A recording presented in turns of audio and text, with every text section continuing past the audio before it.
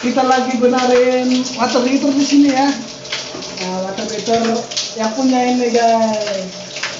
Nah, water heaternya ini bermasalah, air dinginnya ini tidak masuk ke pemanasnya guys.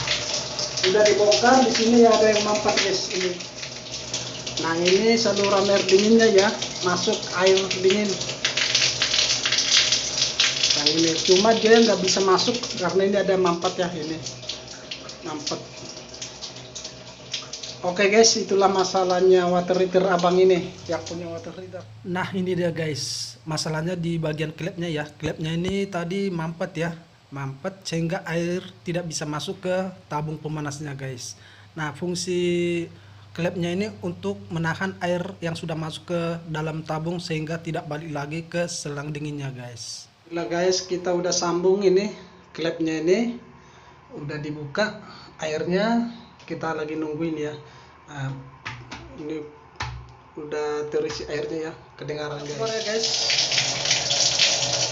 Nah, ini dia.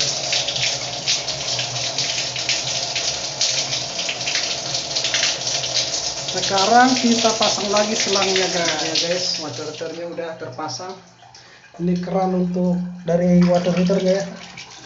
Tadi airnya tidak jalan sama sekali ya guys. Menunggu proses panasnya guys.